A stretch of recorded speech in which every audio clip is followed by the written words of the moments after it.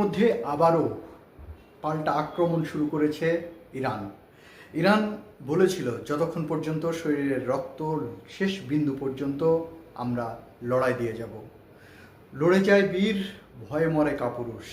তাই ভয়ে মরতে চায় না ইরানের বীর যোদ্ধারা। আইআরজিসির কমান্ডাররা এবং ইরানের প্রেসিডেন্ট ইতিমধ্যে বলে দিয়েছেন যে আমরা শেষ সময় পর্যন্ত লড়াই করব। অর্থাৎ ইরানের বুকে শেষ একজনও যদি এই লড়াইয়ের সঙ্গ দেয় আমরা লড়াই চালিয়ে যাব। আর এই কারণেই তো আব্রাহাম লিঙ্কনের উপরে অলরেডি ক্ষেপণাস্ত্র ছুড়ে মেরেছে, ব্যালিস্টিক ক্ষেপণাস্ত্র বের করেছে ইরান। এই মুহূর্তে ব্যালিস্টিক ক্ষেপণাস্ত্র ছুড়ে আব্রাহাম লিঙ্কনের লক্ষ্যবস্তু করে সেখান থেকে পালিয়ে যাচ্ছে আব্রাহাম লিঙ্কন। সুপ্রিয় দর্শক, আপনাদের এই ভিডিওতে সকলকে স্বাগত জানাই।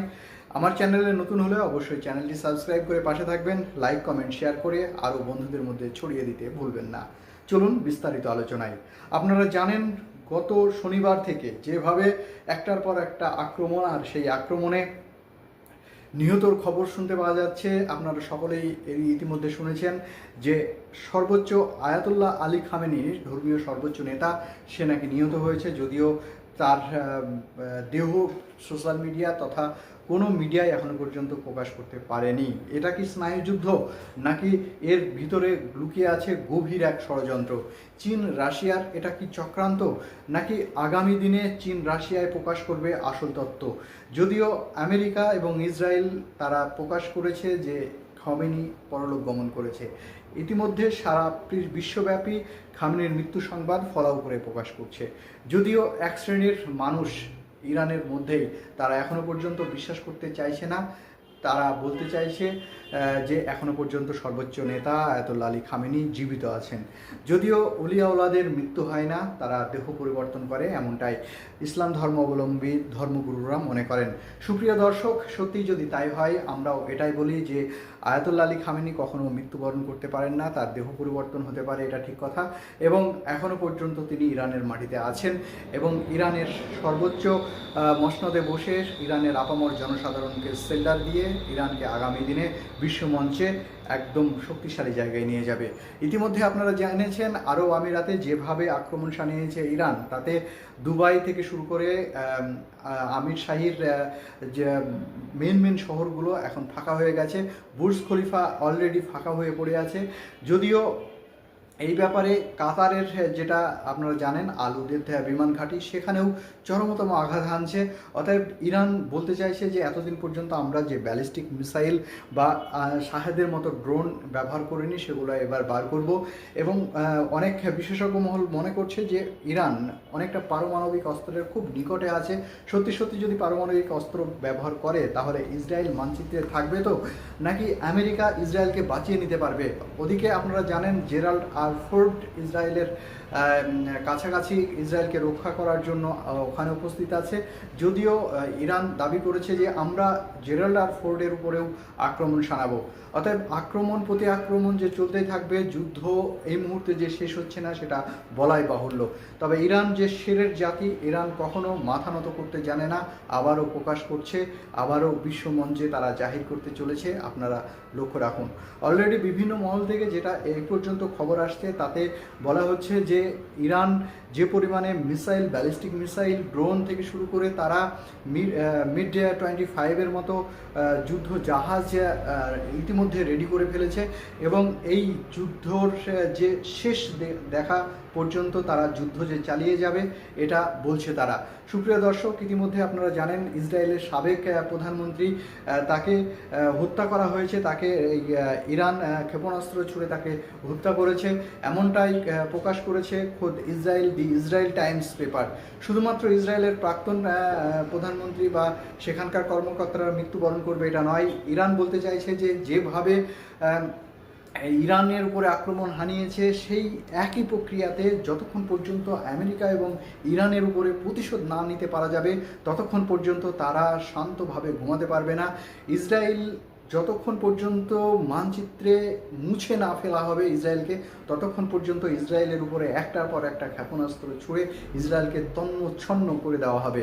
সুপ্রিয় দর্শক, ইতিমধ্যে ইরানের আপামর জনসাধারণ রাস্তায় নেমে এসেছে। তারা দেশের সার্বভৌমত্ব রক্ষার জন্য তারা বলতে চাইছে যে আমরা প্রতিবাদ নয়, আমরা প্রতিশোধ নিতে চাই। অতএব প্রতিশোধ নিতে গেলে যা কিছু করার দরকার আছে আমরা সমস্ত কিছু করার জন্য প্রস্তুত আছি। আর ইতিমধ্যে আপনাদের আরও একটা সংবাদ জানিয়ে রাখি, আপনারা জানেন পাকিস্তান এবং আফগানিস্তানে যে যুদ্ধ লাগিয়ে দেওয়া হয়েছে সেটা ডোনাল্ড ট্রাম্পের টুইট মাত্র। তারা ইচ্ছাকৃত, যেহেতু ইরান একেবারে বর্ডার শেয়ার করে ইরানের সঙ্গে, পাকিস্তান এবং আফগানিস্তানও বর্ডার শেয়ার করে, তাই দুই দেশের মধ্যে যদি যুদ্ধ লাগিয়ে দেওয়া হয় তাহলে অনেকটা তারা পালে হাওয়া পাবে। সেই জন্যই কি পাকিস্তান এবং আফগানিস্তানের মধ্যে এই যুদ্ধ লাগিয়ে দেওয়া হয়েছে। যদিও আপনারা জানেন যে আমেরিকার যে পাকিস্তানের মধ্যে যে ইউনাইটেড নেশন জাতিপুঞ্জের যে সংস্থা আছে, অর্থাৎ অ্যাম্বাসি আছে আমেরিকা, সেই অ্যাম্বাসির উপরে আক্রমণ হানিয়েছে এবং এই বিষয়কে কেন্দ্র করে অলরেডি 8 থেকে 10 জন নিহতর খবর পাওয়া যাচ্ছে পাকিস্তানি নাগরিক। সুপ্রিয় দর্শক, আমরা আপনাদেরকে সব সময় তুলে ধরার চেষ্টা করছি, প্রত্যেকটা সময় প্রত্যেকটা আপডেট। এই মুহূর্তে যেটা আপনাদের কাছে তুলে ধরছি সেটা হচ্ছে ইরান যেভাবে ক্ষেপণাস্ত্র রেডি করেছে, তাতে আমেরিকা যদি পুনরায় পাল্টা আঘাত হানে, তার পাল্টা যে শুরু করতে চলেছে, অর্থাৎ পাল্টা হামলা, এই পাল্টাপাল্টি হামলাতে আমেরিকা এবং ইরানের মধ্যে কোন জায়গায় গিয়ে যুদ্ধের পরিস্থিতি দাঁড়াবে সেটাই এখন বুঝে উঠতে পারছে না বিশেষজ্ঞ মহল। সুপ্রিয় দর্শক, আপনাদেরকে আরও জানিয়ে রাখি, সৌদি আরব, কাতার, দুবাই থেকে শুরু করে এই যে মধ্যপ্রাচ্যের যে সমস্ত দেশগুলো আছে সেই দেশগুলো অত্যন্ত ভীতস্ত কণ্ঠস্থ, তারা বুঝে উঠতে পারছে না।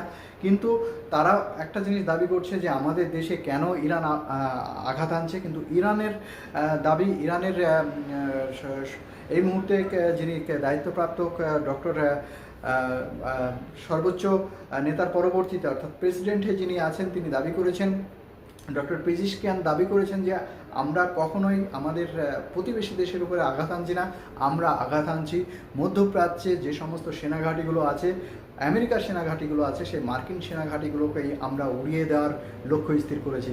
ইতিমধ্যে আপনারা জেনেছেন যে কিভাবে একটার পর একটা মিসাইল ছুড়ে সম্পূর্ণভাবে অকেজো করে দিয়েছে সমস্ত যে সমস্ত মার্কিন সেনাঘাঁটিগুলো আছে এই মুহূর্তে মধ্যপ্রাচ্যে। অলরেডি সম্পূর্ণভাবে নষ্ট করে দেওয়া হয়েছে কাতারের মার্কিন সেনাঘাঁটি। অন্যদিকে আরব আমিরাত, অর্থাৎ দুবাইয়ের আমির শাহীর অবস্থা খুবই সংকটজনক, তারা অত্যন্ত ভয়ে দিন কাটাচ্ছে।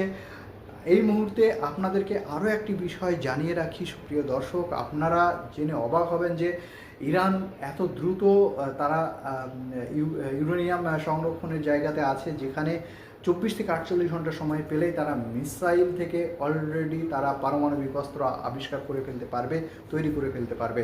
সত্যি যদি পারমাণবিক অস্ত্র তৈরি করে ফেলে আর পারমাণবিক অস্ত্র যদি ইসরায়েলের উপরে নিক্ষেপ করে, তাহলে এই যুদ্ধ, এই বিশ্বযুদ্ধ আগামী দিনে কোন জায়গায় গিয়ে ঠেকবে? ইউনাইটেড নেশন অর্থাৎ জাতিসংঘ কি সত্যি এই যুদ্ধকে কোনোভাবে আটকে নেওয়ার মতো ক্ষমতা রাখে? ইতিমধ্যে শুধুমাত্র আমেরিকা বা ইসরায়েল যে কার্যকলাপ ঘটিয়েছে, এটাকে গোটা পৃথিবীর প্রত্যেকটা দেশ, প্রায় ম্যাক্সিমাম দেশ এর তীব্র নিন্দা জানিয়েছে। জাতিপুঞ্জ থেকে, ইউনাইটেড নেশন থেকেও এর নিন্দা জানিয়েছে। কেননা প্রত্যেকটা দেশের ভিতরে একটা স্বাধীন সার্বভৌমত্ব আছে, সেই স্বাধীন সার্বভৌমত্ব এবং গণতান্ত্রিক কেন্দ্রিক প্রত্যেকটা দেশ যেভাবে তাদের সংবিধান অনুযায়ী দেশ চালায়, সেখানে রেজিম চেঞ্জ করে দেওয়ার নামে কখনো সেই দেশে রাষ্ট্রপতিকে তুলে নিয়ে আসা বা সেই দেশের রাষ্ট্রপতিকে সেই দেশের মধ্যে নিহত করা, বা আপনারা দেখেছেন পূর্বে সাদ্দাম হোসেন বা গাদ্দাফিকে যে অবস্থা করেছে এই আমেরিকার মদতে। এই পরিস্থিতি যদি চলতেই থাকে তাহলে সাম্রাজ্যবাদের যে আগ্রাসন, সেই সাম্রাজ্যবাদের আগ্রাসন থেকে গোটা পৃথিবী যে মুক্ত হতে পারবে না, সেই লেনিনের কথাটা আবারও উঠে আসতে হয়। আপনাদেরকে আরও একটি কথা বলে রাখি, এই মুহূর্তে যেভাবে সাম্রাজ্যবাদীরা দিনের পর দিন গোটা পৃথিবী একটি সুপার মার্কেট, এবং এই সুপার মার্কেটটাই ব্যবসা কিভাবে হবে তার নির্ণায়ক শক্তি হচ্ছে আমেরিকা। এই পন্থা যদি চলতেই থাকে তাহলে পৃথিবীতে সত্যি ব্যবসা থাকবে, টাকা থাকবে, কিন্তু মানুষ থাকবে না। সত্যিই যদি মানুষ না থাকে তাহলে এই পৃথিবী কার জন্য? পৃথিবী তো মানুষের জন্য। যুগে যুগে কবি থেকে শুরু করে সাহিত্যিক, বিজ্ঞানী প্রত্যেকেই কিন্তু এই পৃথিবীকে বাসযোগ্য করে যাওয়ার চেষ্টাই চালিয়ে গেছে। তাই আজকের দিনে দাঁড়িয়ে যেভাবে সাম্রাজ্যবাদী আগ্রাসন দিনের পর দিন এই পৃথিবীকে বাসযোগ্যহীন করে তুলেছে, তাহলে এই পৃথিবী কাদের জন্য? সুপ্রিয় দর্শক, অবশ্যই আপনার মূল্যবান কমেন্ট আমার কমেন্ট বক্সে রেখে যাবেন। শেষ পর্যন্ত থাকার জন্য অসংখ্য ধন্যবাদ। এই যুদ্ধ চলতে থাকবে যতক্ষণ পর্যন্ত প্রতিশোধ না নিতে পারবে ইরান, সেটাই বলছে ইরানের শেষ কথা। এই অবস্থাতে যদি প্রতিশোধের খেলাতেই নেমে যায় ইরান, তাহলে ইরান এবং আমেরিকা ইসরায়েল যে যুদ্ধ পরিস্থিতি, বিশ্বযুদ্ধ অর্থাৎ তৃতীয় বিশ্বযুদ্ধের দিকেই যেতে যাচ্ছে গোটা বিশ্ব। ভালো থাকবেন, সুস্থ থাকবেন।